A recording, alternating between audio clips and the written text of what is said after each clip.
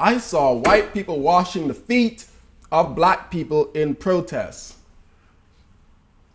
Folks, it is unnecessary and patronizing to be washing the feet of black people. And black people, it is disrespectful to have other people washing your feet. Cut out the act. A black Republican is tired of your BS. Mr. Reagan.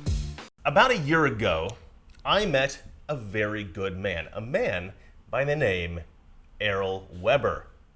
Errol and I have been friends for some time, and we'll get to your candidacy later. First of all, I want to talk about a tweet, because you tweeted something that it did go viral, I wouldn't say, but it blew up. All right, I'm going to read you this tweet. I want you to react to it. But before we get any more into it, I have to sell you something.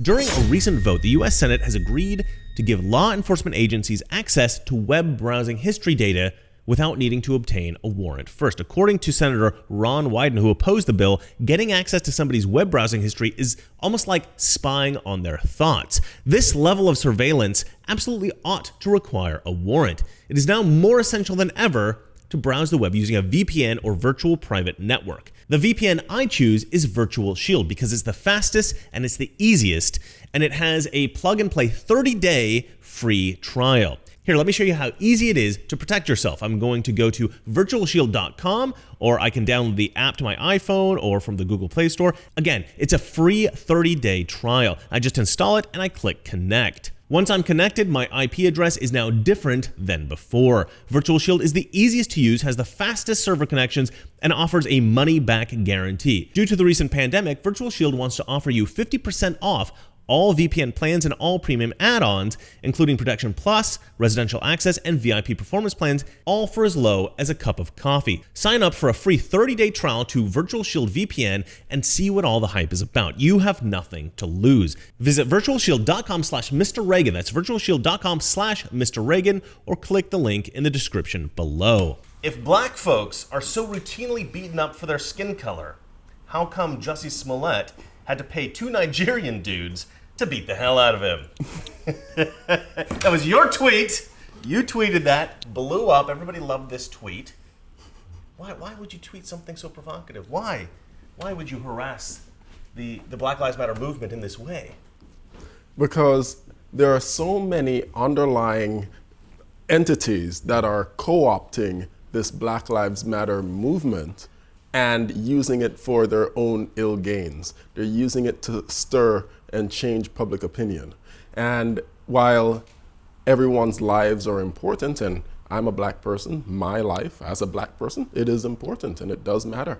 But the entities that are pushing this Black Lives Matter initiative, they have ulterior motives. They have ulterior motives, and, yeah. I 100% And I'm gonna call them out on it every single time. Yeah. The statistics don't seem to be in their favor. The statistics are not in their favor, and one good example is over this past weekend in Chicago, I wrote a tweet about this, that 85 people were shot. 24 of them were killed last weekend, and 18 murders happened in 24 hours. Right. It is the most violent day in 60 years in Chicago. Yeah. 18 people getting murdered in a 24-hour span. Yeah, and that is a tragedy. I mean, a legitimate tragedy. You look at the faces of the people who are killed. Yeah. Those are black faces. Mm-hmm. Almost all of them are black faces. And there's a certain point where we have to recognize that we have a serious inner city violence problem in many of our predominantly black, predominantly Democrat cities across the United States. And we need to put a clamp on this. We need to get to the bottom of this. I spent many years of my film career making a documentary about police-community relations. Mm-hmm. It touched on everything from cognitive psychology to implicit bias, to the need for emotional intelligence, all of these issues that are related to building a stronger police-community bond. Right. Because after doing this documentary film and showing the film over 200 times all across the US, I thought to myself, what is that next step for me? What is the next thing I can do instead of simply creating awareness? Mm-hmm. And the next thing I thought of was, let me put all these documentary ideas that I've been discussing with people for the past decade, let's put it into policy. and run for Congress.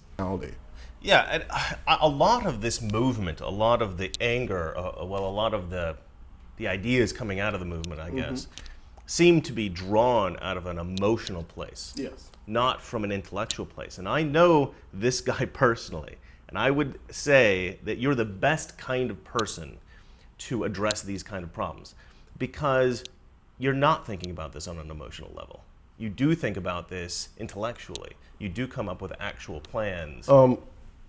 I believe, of course, I can't tell what's in someone's head and in somebody's heart, but one of the things I've noticed is that many people who have voted Democrat by default over and over again have been voting emotionally. And right. Democrats have This been is what I'm saying, preying on this emotion, coupled with a lack of knowledge. Yeah. I was...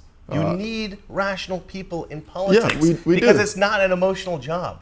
If you put emotion into that job, you make huge, horrible mistakes. You make huge, horrible mistakes like overbearing legislation. All right, let me get into some of your other tweets. Oh, there are bunches. Oh, these are just a few that I found that I thought were particularly interesting. Some of them are frightening. Mayor Lori Lightfoot of Chicago is what happens when you elect leaders based on their superficial characteristics like skin color, gender, sexual orientation, instead of intellect, knowledge, and policy positions. That's just what we're talking about. Yeah, that was earlier today. So you have an issue with Lori Lightfoot in particular.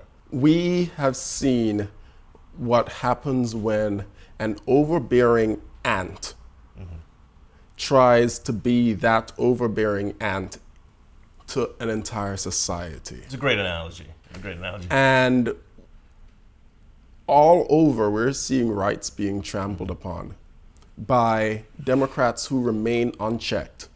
There is a legislature that's in their pocket, there's a city council that's in their pocket, and they're quite fine making any decision knowing that the legislature will back them, their judicial branch will back them, the courts will back them, the city council will back them, and the police officers who have to carry out and enforce these orders, well, they're just at the mercy of these mayors and these governors. I often talk about the Democrat position, really, all the legislation Democrats try to pass, as the mom of the country, and Republicans as the dad, right? Yeah. What does a good dad do? A good dad prepares their children for the brutality of the world, toughens them up a little bit, gives them a little bit of common sense. An overbearing mother, helicopter mom, let's say, they want the children of the nation to suckle at the teat of government from birth to death. This is my position. They go, oh no, don't leave home. Just stay here forever, son. And it's like the whole country is being taken care of by mommy Democrat. It is a really good analogy. One of the things I do is I say folks who are on the Republican side, the conservative side, they're more like adults. And folks who are on the Democrat side or the liberal side, they're like children. Yeah. They want stuff for free. There's no accountability. They cry and whimper every time they don't get their way. Yeah. They throw tantrums and break things. These are the riots. Yeah. And it's then, a tantrum. Yeah. And you see why they're rebelling right now, because finally, after years of them being left to run amok, you have a dad come in and put their foot down. And this dad who comes in and puts their foot down is now not letting them run about with no clothes on outside, is not letting them run about tearing the house down. Yeah. You're talking about Donald Trump. Oh, I'm talking about Donald Trump. I'm talking about Donald Trump. Yeah. I was going to ask you about Donald Trump. We'll get to that in a minute. But I love how you expand the analogy. It's a beautiful expansion on that analogy. It's perfect. It's perfect. Another tweet. How long until they give George Floyd the Nobel Prize? Yes, I love that tweet. That was earlier today. Now, CNN, MSNBC, the newspapers, the foreign press, they're all, showing us what a great man George Floyd was. Yeah, right? Yeah. They're tearing down statues in Europe because of George Floyd's death. They destroyed Abraham Lincoln's statue. Yeah. They have. Yeah.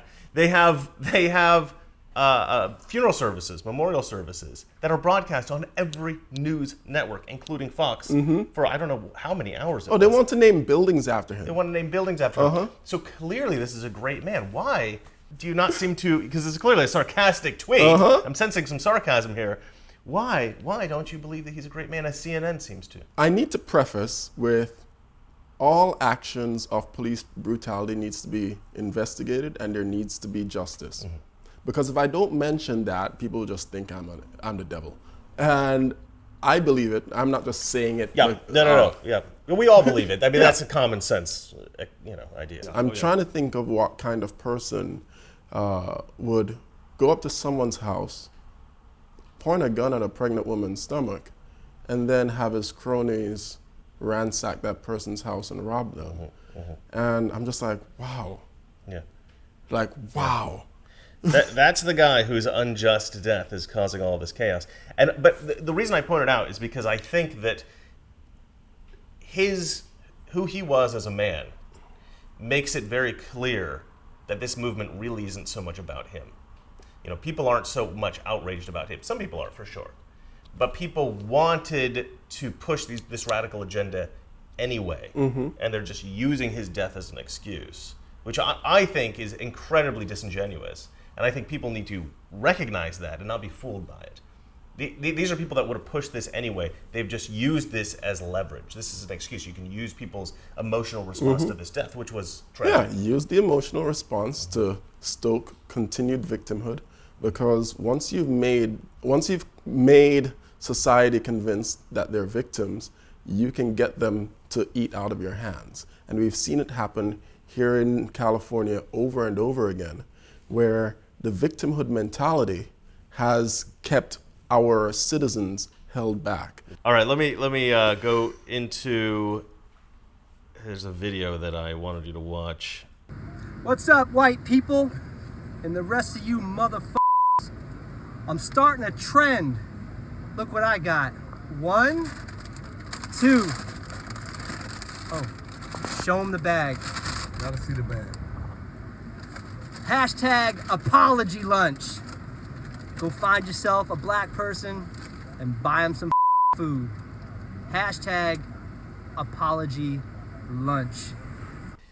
That's rough. Yeah, that's rough. It's very cringy. It's very cringy. It's. I don't know which one I should be more insulted at. The fact that he thought that out of his white guilt he needed to buy black people lunch, or should I be offended that he got Burger King? I know.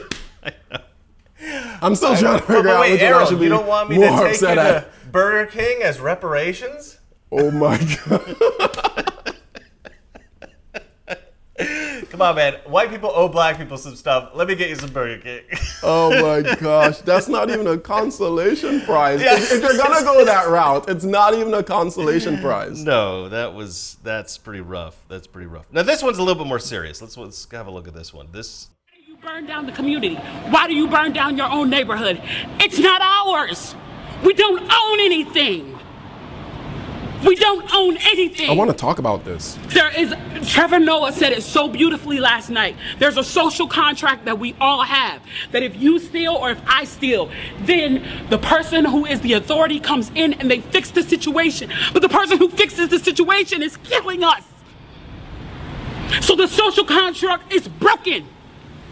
And if the social contract is broken, why the fuck do I give a shit about burning the fucking Football Hall of Fame, about burning a fucking Target? You broke the contract when you killed us in the streets and didn't give a fuck. You broke the contract when for 400 years we played your game and built your wealth. You broke the contract when we built our wealth again on our own by our bootstraps in Tulsa and you dropped bombs on us. When we built it in Rosewood and you came in and you slaughtered us. You broke the contract, so fuck your Target. Fuck your Hall of Fame. As far as I'm concerned, they could burn this bitch to the ground. And it still wouldn't be enough. And they are lucky that what black people are looking for is equality and not revenge. I got so many problems with this video. I need to break it down almost second by second, almost line by line of what she just said. These people are the same people who have been voting Democrat for the better half of this century. They see injustice happen, and then in response to that injustice, they vote for the same party of people who then are enabled to continue allowing that injustice to happen to them. If you hate the issue of police brutality that is happening in your district, and you believe that the police brutality that has resulted in so many people in the US being killed, then what you need to recognize is, wait, who is enabling that to happen? Right. Who are the lawmakers who allowed for this to continue? Can we then vote for lawmakers who will implement a positive change? So we have 10,000 law enforcement officers in LA, and they want to strip LA of its police officers and strip LA of 90% of its funding. This is how children think.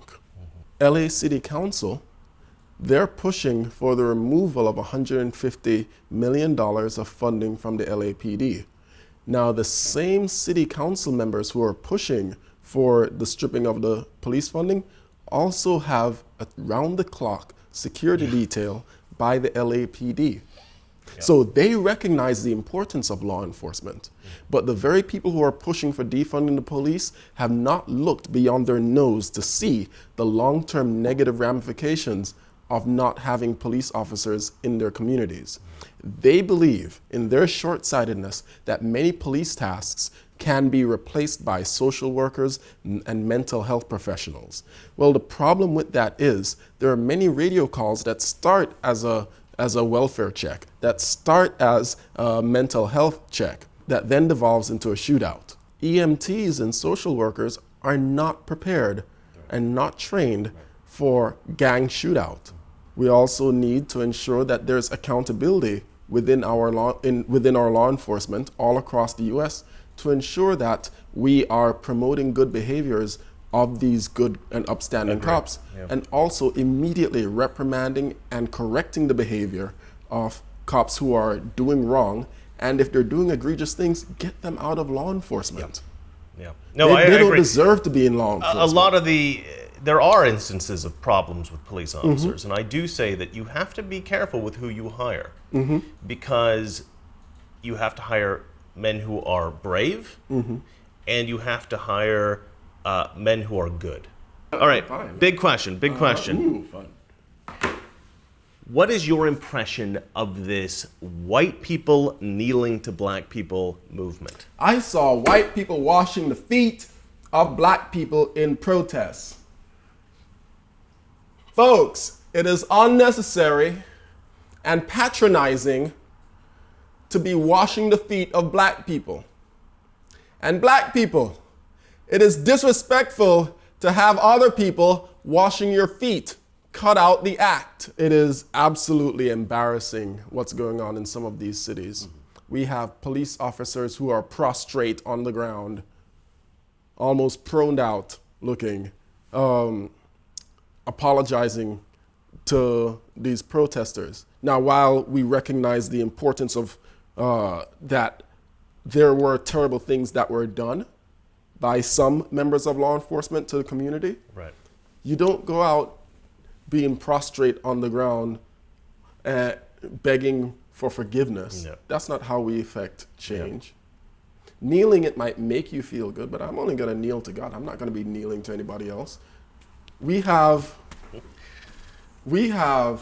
National Guardsmen who knelt in front of protesters. Yeah. I believe this was on Sunset Boulevard and Vine, if I recognize the landmarks properly. And I thought to myself, what on earth is going on here? Yep. This is a branch of our military kneeling in front. So, if we're going to effect positive change, let's start by one, recognizing that in America we have a problem. Two, recognizing that fixing the problem is not going to be helped by demonizing the police. Third, recognize the importance of accountability for every American. Because when there is no accountability, it only enables further criminality. And let me say that again. when there is no accountability, it only works to enable further criminality. Yep. If there's no accountability within the police department, it only enables more cops who think they can get away with abusing people to abuse our citizens. Right. If you don't have accountability within the rest of the community, then you have people who think it's okay to riot and loot and burn. Yep. Yeah, I have a very specific problem with the kneeling thing, which is that it's essentially racist, right? You've got one race kneeling to another race as if an entire race is guilty of some kind of original sin, and another race is wholly innocent and perfect. Let me just say, there are bad white people. There are bad people in all races in America. That's my point. There are bad black people. I know that's hard to hear, but there are some bad black people in this world. Yeah. And there are many good black people in this world. Yeah. What I think is an appropriate response, if you really think that there's a race issue in America, which I don't. You and I disagree about this a little bit. I don't believe there's a real big race problem from white people being racist against black people in America. But if you do think that, if you do believe that, and you feel like something should be done, I think that this is what needs to be done. This is called mutual respect, right? I speak to you respectfully, you speak to me respectfully, and we just have a conversation. Yeah. We discuss what your issues are, I discuss what my issues are, and we come to some rational conclusion. Yeah. If you're not engaged with somebody, kneeling to somebody isn't engaging with them. That's not respectful. That's just a show. It is a show. It's a spectacle. Like what Nancy Pelosi and my opponent Karen Bass did, I believe it was yesterday. They put on their kente claw, and they went kneeling. And you know those old people, their knees were going out. You know their knees were going out. I think Nancy Pelosi could barely stand up afterward. That was cringy. There's a lot of cringe going on right now. Yeah, but they have a problem with President Trump holding up a Bible in front of the church that they just burned down. Right. Yeah. Who's right? Quick question. Why do you support Donald Trump? This is a very easy question, and it's because Donald Trump, our president, Donald Trump, is the vanguard for all of the conservative policies and platform planks of the Republican Party that I agree and align with. When it comes to American exceptionalism, I'm down with that. The Republican Party is down with that. Our president, Donald Trump, is down with that. When it comes to jobs and creating opportunity, I recognize the importance of reducing taxes and removing regulations to incentivize business growth here in the United States. Our Republican Party recognizes that as well. And President Trump is also at the forefront of that with bringing jobs back to the United States. We saw and we learned our lesson over the past 3 months when we saw that over 170 different drugs, 170 different prescription drugs are made in China. And we have been handing China so much leverage over the past few years that whenever anything would happen that would ruffle the feathers of China, they would threaten to hold off shipping the life-saving drugs here to the United States. Or there are certain ingredients for these drugs that are only made in China. Yeah. And that is dangerous because if we don't have those jobs and those businesses here in the United States making those drugs, we're going to put ourselves in danger yet again if something were to happen in the future where we would need these life-saving drugs. That's just one example. We have been expatriating our US dollar for all these years, just buying up China-made goods. Yep. And we need to ensure that we're making goods right here in the United States, but we need to make it financially enticing for businesses to want to do business in the US. Yeah, I talked about this in my last video. The Republicans are really, commonly criticized as being the party of rich people. And the Democrats are lauded as being the party of poor people. Even though they're the ones who put in place the policies that have kept black people poor. That's my point. My point is that, in a way, people are right. But it's not that Republicans only want to cater to the whims of rich people and that they hate poor people. It's not that Democrats want to help poor people and they hate rich people. Democrats want to keep themselves rich and keep the poor poor because it gets them votes.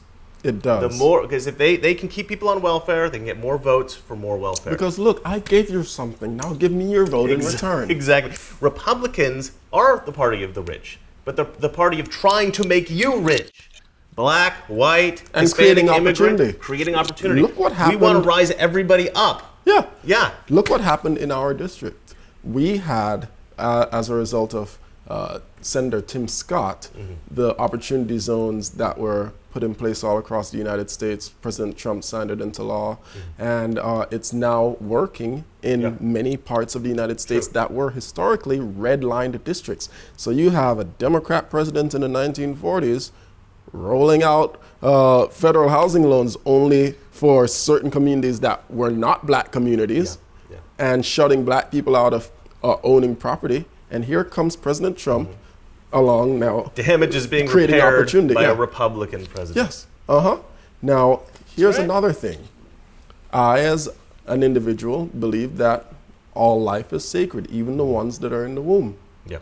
Well, the Republican Party also believes that we need to protect life at all stages of life. President Trump has been very vocal about protecting life at all stages of life. So I'm going to support President Trump and our Republican Party because both are supporting the right to life. And this is a critical point that I think a lot of people miss. It's like a lot of the black people that I know, the black families that I've known in my life, are socially conservative people, right? They believe in socially conservative ideas. They go to church. They're Christians. Yeah, they believe in those principles. And yet they vote Democrat. Yeah. Because Democrats basically try to convince them that Republicans are racist and they have their best interests. It's terrible. Now, think about this for a second. We had, 1974, I believe it was, Roe versus Wade. You know, since Roe versus Wade, 46% of the black community have been killed off due to abortion. Our population would be, 92% larger right now had we not kept aborting our children. And also, if we had two-parent households, that would instill values into our children. So now we have Democrats who have been pushing this freedom for abortion all these years. And you ask yourself, do you really want to be associated with the party that makes peace with murdering babies? Yeah. Yeah, they talk about end the black genocide. That is the black genocide. Yeah.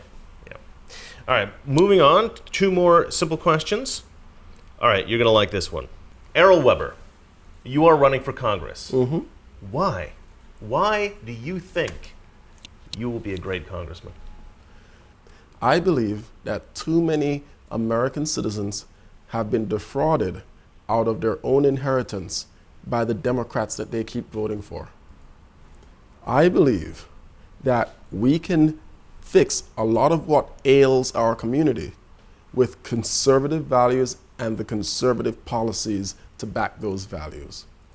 Many of the things that hurt Americans right now, and many of the things that Democrats or people on the left like to complain about right now, are all things that can be fixed by applying a conservative approach to it. Errol Weber, thank you for coming on the show. Thank you so much. Please tell the viewers where they can potentially donate to your campaign. So I look forward to all of your support, and you can donate to my campaign at Weber2020.com. And you can also find me on social media at Errol Weber. We are mobilizing hundreds of people to go throughout California's 37th Congressional District to go door to door and share our conservative message. So sign up for the mailing list to know how you can volunteer, whether you live in the state or live in the county and want to go walking door to door with us, or if you live out of state and want to do phone banking or share our media online. If you live in California. And tell them what your Twitter is. My Twitter is at Errol Weber, and it's popping all the time. It's what the kids call fire. It's good, man. Your Twitter is one of the best. All right, bro. You know what? We've been friends for a while. I love this man. I highly endorse him. He's one of the best guys I know.